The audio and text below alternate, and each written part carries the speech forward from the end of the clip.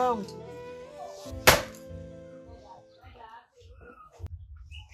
Leo kuna kikao cha kina mama. Nikimaliza shughuli zangu za hapa nyumbani asubuhi nitaenda. Sawa mke wangu kipenzi. Hakuna tatizo lolote. Vipi, usiku wako ulikuwaje? Nilisikia kelele tena kwa kina Mabenga. Nahisi bado anaendelea kumpiga mke wake. Kiukweli ni jambo la kusikitisha sana. Hivi ni kwa nini Mabenga hataki kuelewa? Ni kwa nini anaendelea kumpiga mke wake na kumnyima stahiki zake? Sijui. Ila si wanaume wote wanaelewa hivyo. Lakini sawa. Haya yote yatakuisha. Kikubwa ni uvumilivu tu. Ila tuna haki ya kumsaidia kumtoa katika hii hali aliyokuwa nayo. Kiukweli Zuena anapitia wakati mgumu sana. Wanaume wengi wanaamini kumpiga mwanamke ndio kumfundisha. Kumbe sio kweli. Kuna namna nzuri ya kumhendo na kumfanya huyu mwanamke awe mwanamke bora. Sawa. Usijali, basi mimi naendelea na shughuli. Nataka niache, nimepasua kuni za kutosha.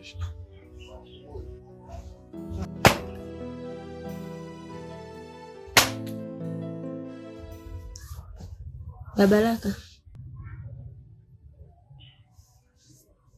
Mume wangu.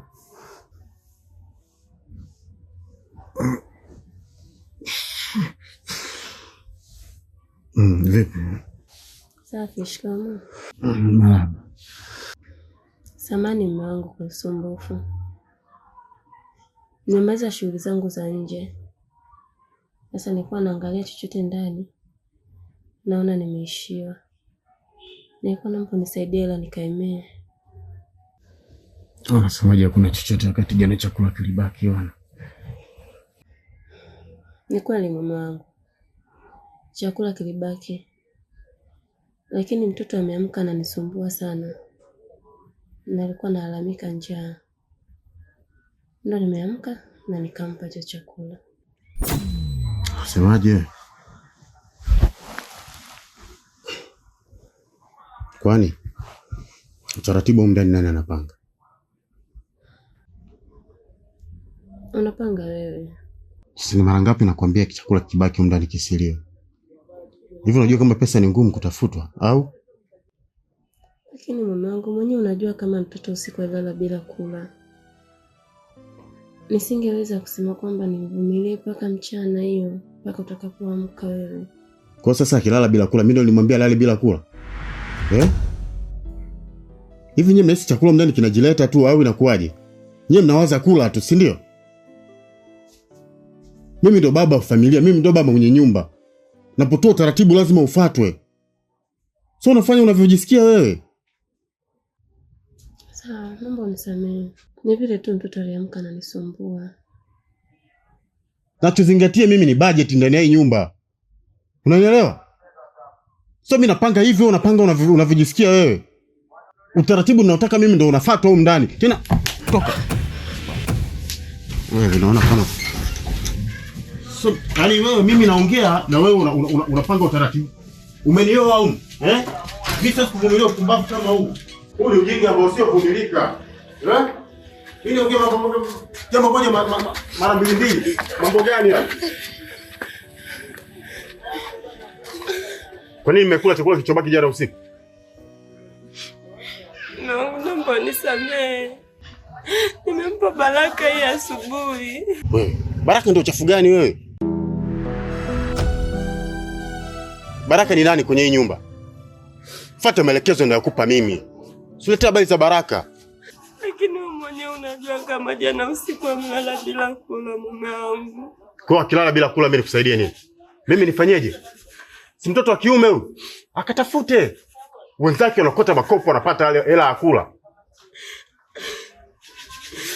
Naomba nisamehe. Haitajirudia tena. Alafu nyie hapa mmekuja kula? Fuata maelekezo ninayokupa mimi. Sio kila siku narudia kitu kimoja narudia mara mbili. Sasa nyie si mmekula?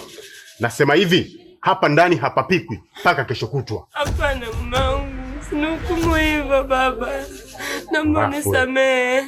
Nikusamehe kitu gani? Fuata maelekezo ninayokupa. Mimi ndio baba mwenye nyumba. Nikisema hiki kisifanyike, kisifanyike. So mimi natoa maelekezo hivyo unafanya vitu unavyotaka. Nimemaliza. Sirudii tena hilo jambo. Niache. Baba. Baraka. Baba.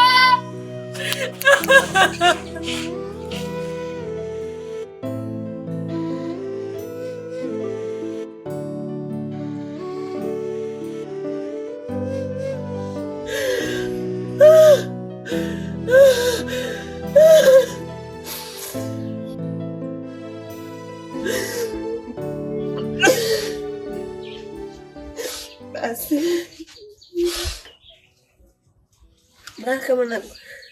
Usijali, kila kitu kitakuwa sawa eti. Usilie.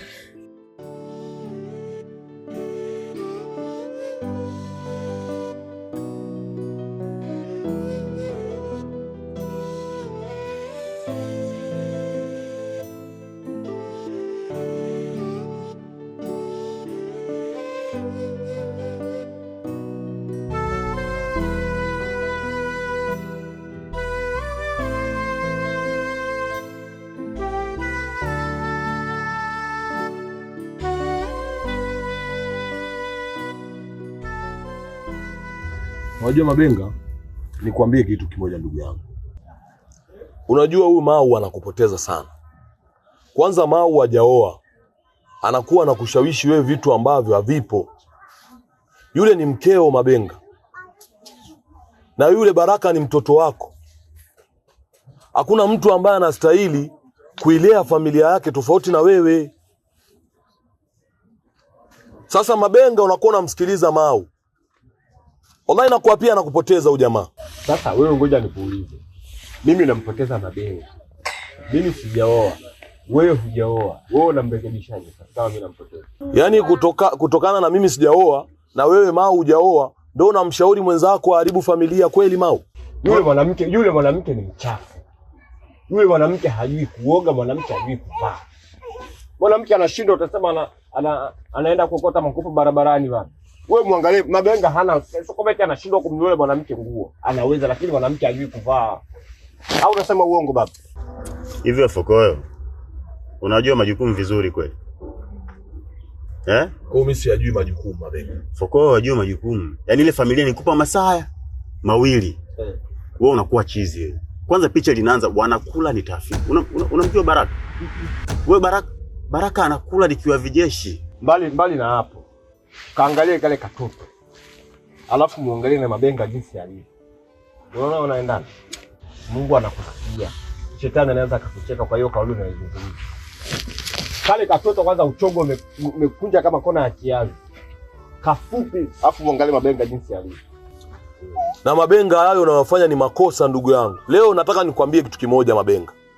Unajua moto unapokuwa unawaka, majivu huwa yana thamani sana. Lakini moto ukizima, majivu yanakuwa hayana thamani. Kwa unajikuta mlishampoto na wewe mzee wangu. Mabenga huyu anakupoteza. Mabenga huyu Mau anakupoteza ndugu yangu. Na nakwambia leo familia yako unaiona sio kitu unasema wanakula.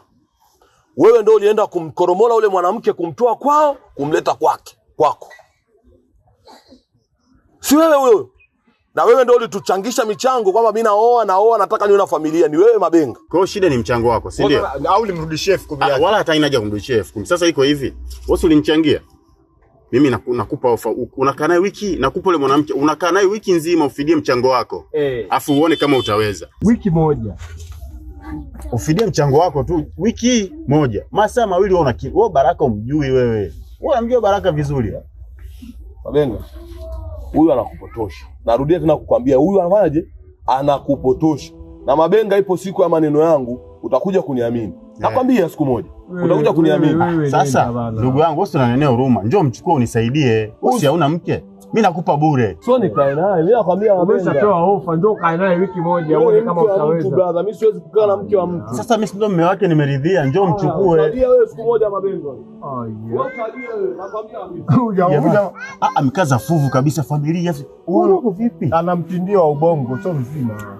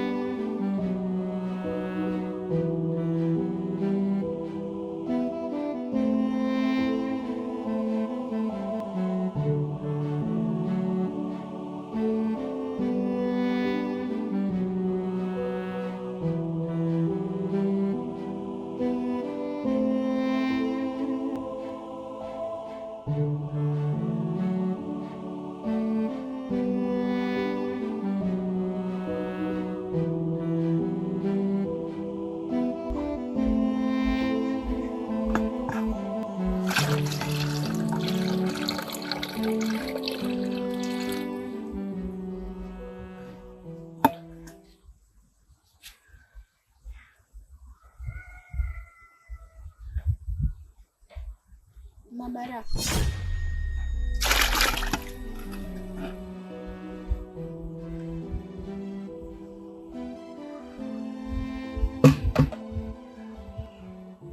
Vipi? Mbona kama vile hauko sawa?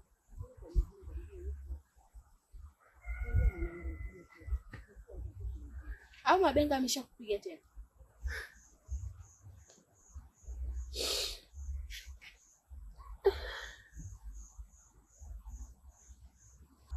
Ni kweli Zawadi, alisi nimechelewa kupika, na ni kawaida yake, kila anapokuta sijapika lazima anipige. Hali hiyo mpaka lini? Au huyo Mabenga anahisi kwamba wewe ukuzaliwa?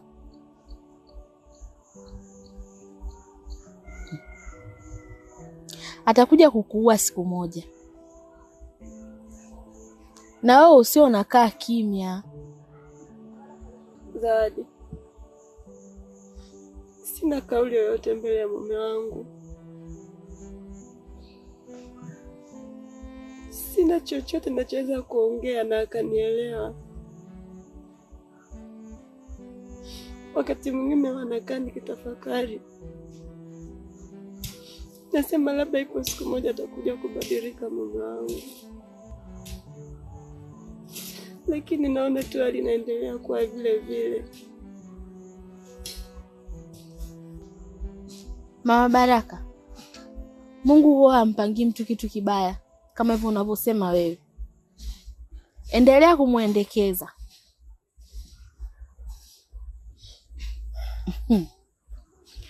Ila pole sana rafiki yangu. Mimi nakusikitikia tu na kukuonea huruma. Chota maji basi twende.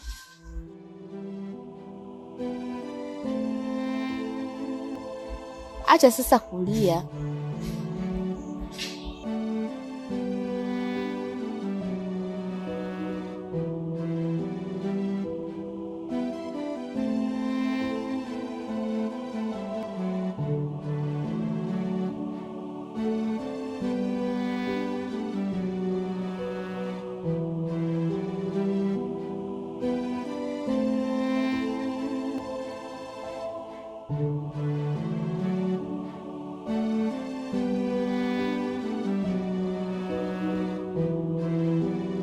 Natamani sana kumsaidia Zuena, lakini Mabenga siku zote amekuwa mtu wa mabavu.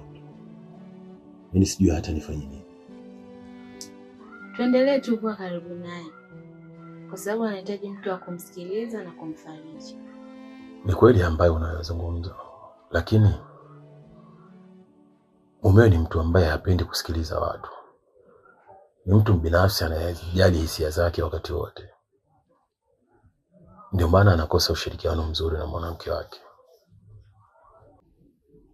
Na hilo ndio tatizo. Ila tunaweza kutumia njia nyingine mno. Hivi unafikiri njia gani ambayo tunaweza kuitumia inaweza kufanya sisi tuweze kumsaidia na kumtoa kwenye janga alilokuwa nalo? Kiukweli Mungu ameumba watu katika maumbile tofauti tofauti. Kuna watu amewaumba na kuwapa roho za kinyama, kiasi kwamba hawezi kuwahurumia binadamu wenzao. Huu ni mfano wa Mabenga. Ni mtu ambaye huwa hajali maumivu ambayo anayapitia mwenzake. Mara zote amekuwa akijali tu hisia zake na si vinginevyo. Sasa unafikiri tunaweza kumsaidia kwa njia gani? Na ukizingatia kwamba bado anaishi mbali na sisi.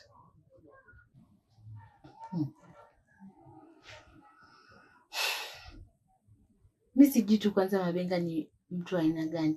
Hata wazazi wake ni watu wa aina gani. Kwa sababu yuko kama vile hakuzaliwa wala hakulelewa na wazazi. Mimi binafsi namhurumia sana. Hasa ukimwangalia yule kijana wake Baraka. Bado ni mdogo ambaye angehitaji malezi ya wazazi wote wawili. Lakini muda mwingi huwa anakaa na mama yake tu. Na anaporudi baba ni shida, vipigo na kelele huendelea katika nyumba. Hivyo nataka kuniambia anajifunza nini Baraka katika malezi yale ambayo anayapata kupitia baba yake? Mimi nashukuru Mungu tu nilikupata wewe. Ila mimi ningepata mume kama Mabenga. Shakufa mimi muda mrefu. Mimi niseme tu kwamba kama ambavyo umezungumza awali, Zuena anahitaji msaada wetu. Tuna wa hali ya juu sana. Tunazo sababu zote za kumsaidia ili aondokane na ile hali ambayo anapitia. Sawa, hata mimi nitatafuta nafasi ili niongee naye. Lakini na mimi nataka nibadilike niwe kama Mabenga. Takuachia nyumba hii mimi huyo. Kwa nini uniachie nyumba sasa? Mbona Zuena hajakimbia? Pamoja na matatizo yote ambayo anayapitia kwa mume wake. Sina vumilia kwa sababu ya Baraka.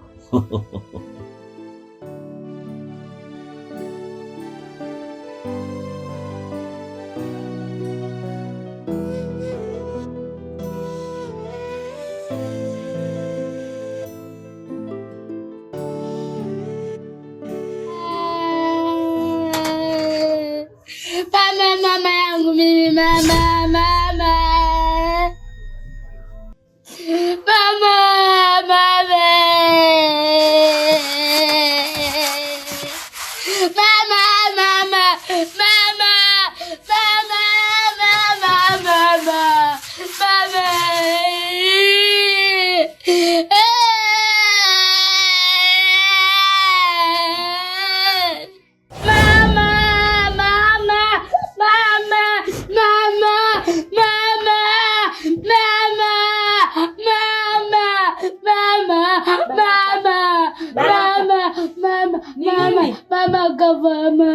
Jafa ameanguka titakuwa.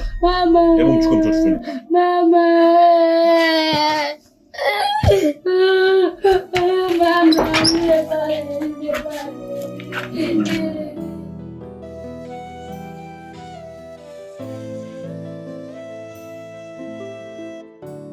Kuna wakati natamani kutoweka kabisa duniani rafiki yangu.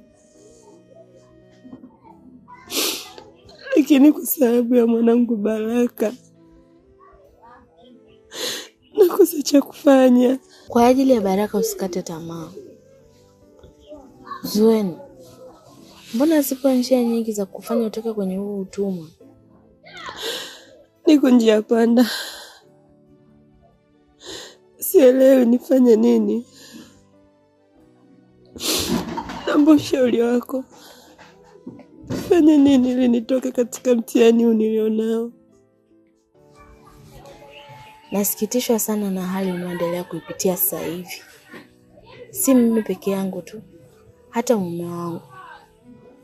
Kwa sababu zama hizi si zama za kupiga tena mwanamke. Angetakiwa awe na kuelekeza tu. Lakini unaweza ukatoka, ukaenda kuishi na mwanao. Kwa sababu yule ni mtoto, hali vyakula vingi. Cha msingi tu uwe na pesa ambayo inaweza kukuwezesha kufanya biashara ndogo ndogo. Zawadi, natamani kuondoka hata sasa hivi. Lakini sina chanzo rafiki yangu. Sina chanzo cha kusema naweza nikatoka nikajua mwanangu asubuhi anakula nini, mchana anakula nini. Nifanyaje? na mume wangu hataki kunipata akiba yoyote ya kusema naweza nikatunza ndani kwangu.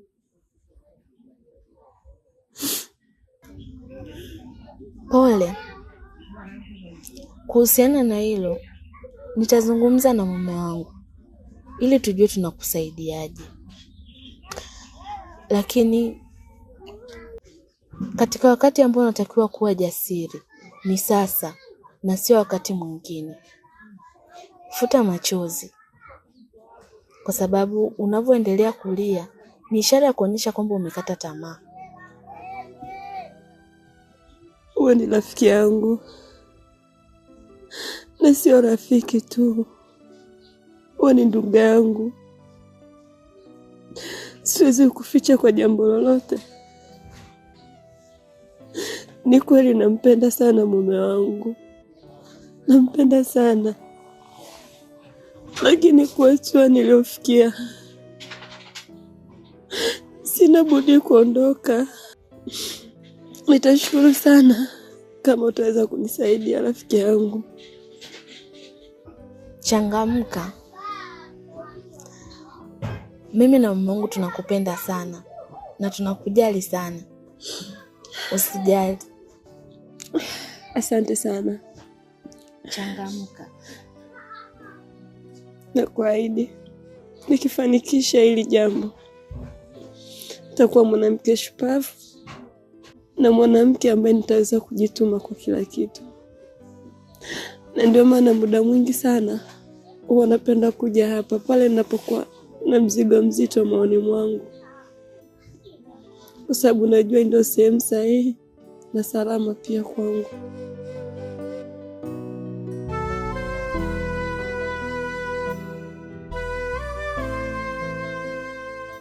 Zawadi, umefanya vizuri kumleta hapa, lakini napenda nikwambie, hata sisi unavyotuona hayo unayoyapitia na sisi tuliyapitia. Na bahati nzuri au mbaya upo ndani ya ndoa. Hatuwezi kukushauri kwamba ondoka,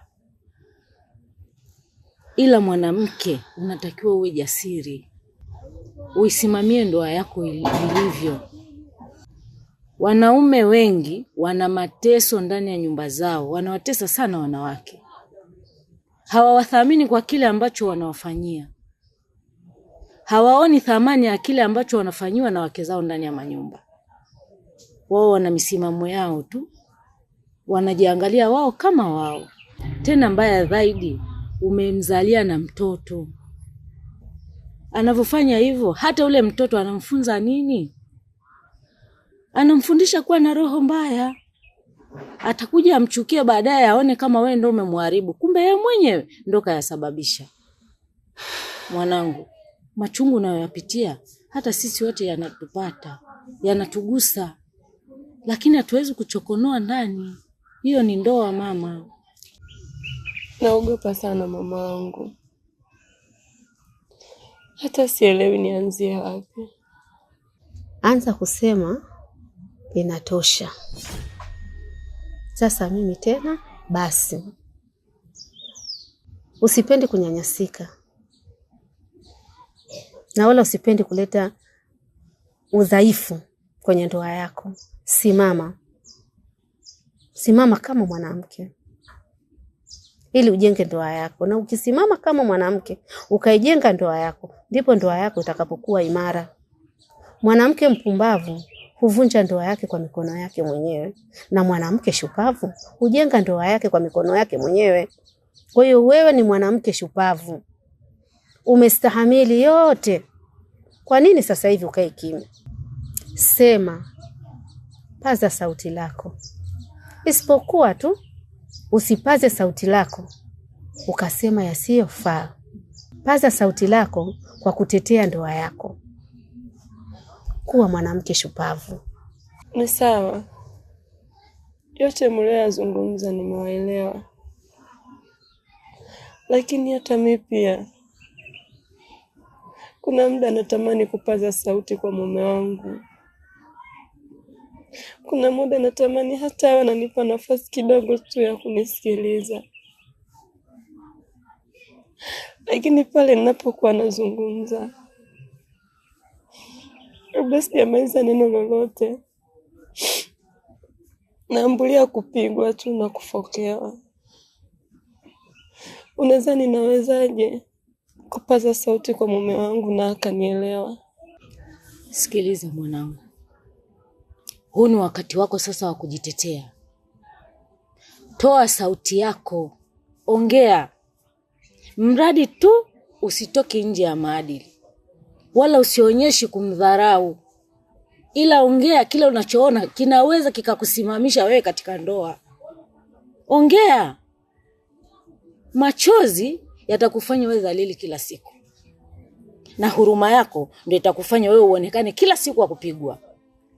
Futa machozi yako, wakati ndio huu. Paza sauti lako. Umenielewa mwanangu? Paza sauti lako. Unatakiwa sasa useme basi. Sawa.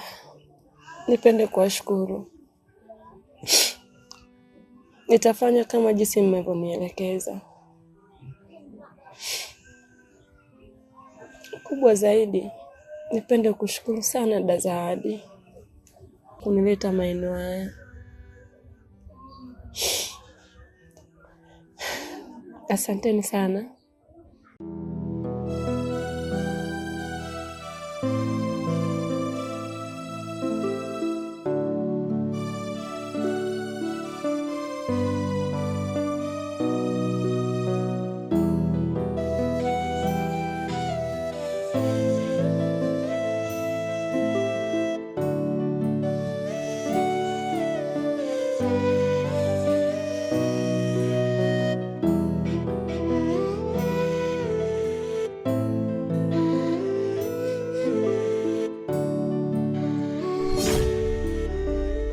Leo naondoka, si kwa sababu naikimbia ndoa yangu, bali kwa sababu najiponya.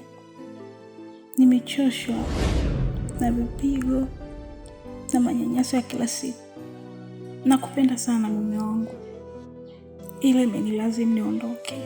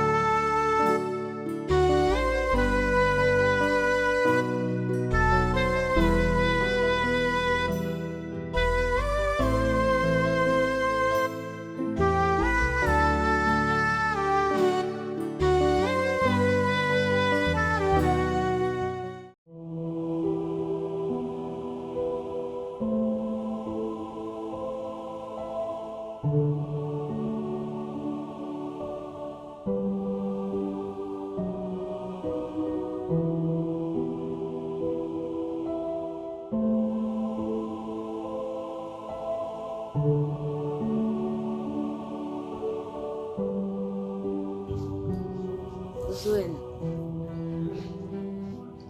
jisikie upo nyumbani. Taratibu taratibu tu utazoea. Hata usijali Zawadi. Kwanza nipende kusema na kushukuru sana rafiki yangu. Sikutegemea kama ungeweza kunibeba kipindi kile cha matatizo yangu. Na ndio maana sichoki kusema wewe sio rafiki tu. Wewe ni ndugu. Tena zaidi ya ndugu. Kwa sasa nina amani. Na nina furaha sana. Asante sana. Usijali. Muda mwingine rafiki anaweza akazidi ndugu. Si lazima tu ndugu yako ndo anapaswa kukusaidia. Hata rafiki tu anaweza akakusaidia zaidi ya ndugu. Zawadi, hata usijali. Kwa sasa niko sawa. Shemeji. Na nikushukuru sana shemeji yangu. Bila upendo wako wewe, bila ukarimu wako wewe, basi rafiki yangu pia asingeweza kunifikisha hapa nilipofika leo. Kwanza niseme huna haja ya kutushukuru sana. Kama nilivyozungumza awali, sisi tulikuwa tunafanya wajibu wetu. Ilikuwa ni ngumu sana kukuona unapitia mateso alafu tukakaa kimya. Isingekuwa vizuri na wala tusingekuwa majirani waliokuwa bora. Pili, kuhusu Baraka wala usio na shaka. Baraka ataanza shule hivi karibuni. Kwa sababu siwezi kuona Baraka umri wake unamruhusu kwenda shule alafu akae nyumbani. Kwa hiyo ondoa shaka, Baraka ataanza shule hivi karibuni. Unajua nini shemeji? Kuna kipindi aliwahi kuniambia naweza nikaishi bila mume wangu. Sikuwahi kuliamini hata siku moja. Lakini yote yale aliyowahi kuniambia za kipindi cha nyuma, sasa ndo nayaona leo. Kwa sasa na uwezo wa kuishi peke yangu na nikiwa na furaha, na nikimwona mwanangu pia kwa sasa ana furaha. Asanteni sana. Na sijui niwalipe nini, ila sina cha kuwalipa. Baraka, umemsikia? Ndio. Unaanza kwenda shule sasa. Sasa fanya ujinga wako, uende huko kaniletea utumbo. Takuchapa. Shuleti mama. Aya, uende kisa tu hivyo. Ulipokuwa kwa babako kule ulikuwa uende hata shule kwa muda mwafaka wala usomi. Sasa hata ujinga tena hapa. Asante sana rafiki yangu. Shemeji. Yeah. Unajua Baraka ni kijana mzuri sana. Mimi naamini kwamba atasoma vizuri tu. Wala una haja ya kumhofia. Kikubwa muombe tu kwa Mwenyezi Mungu ambariki katika safari yake hii mpya anayoanza, ambayo itakuwa ni safari yenye matumaini kwake. Msimamie Baraka kwa sababu ndio tegemeo lako la kesho. Sawa Baraka? Naam. Hivi karibuni utaanza shule. Unatakiwa kusoma, si ndio? Ndio. Naam. Ndio nataka tumrudishe kwa Mabenga. Usinirudishe. Unajua hata zamani ulikuwa unapenda kuniambia sana na kunishauri, unaweza ukaishi bila Mabenga. Nikasikuamini.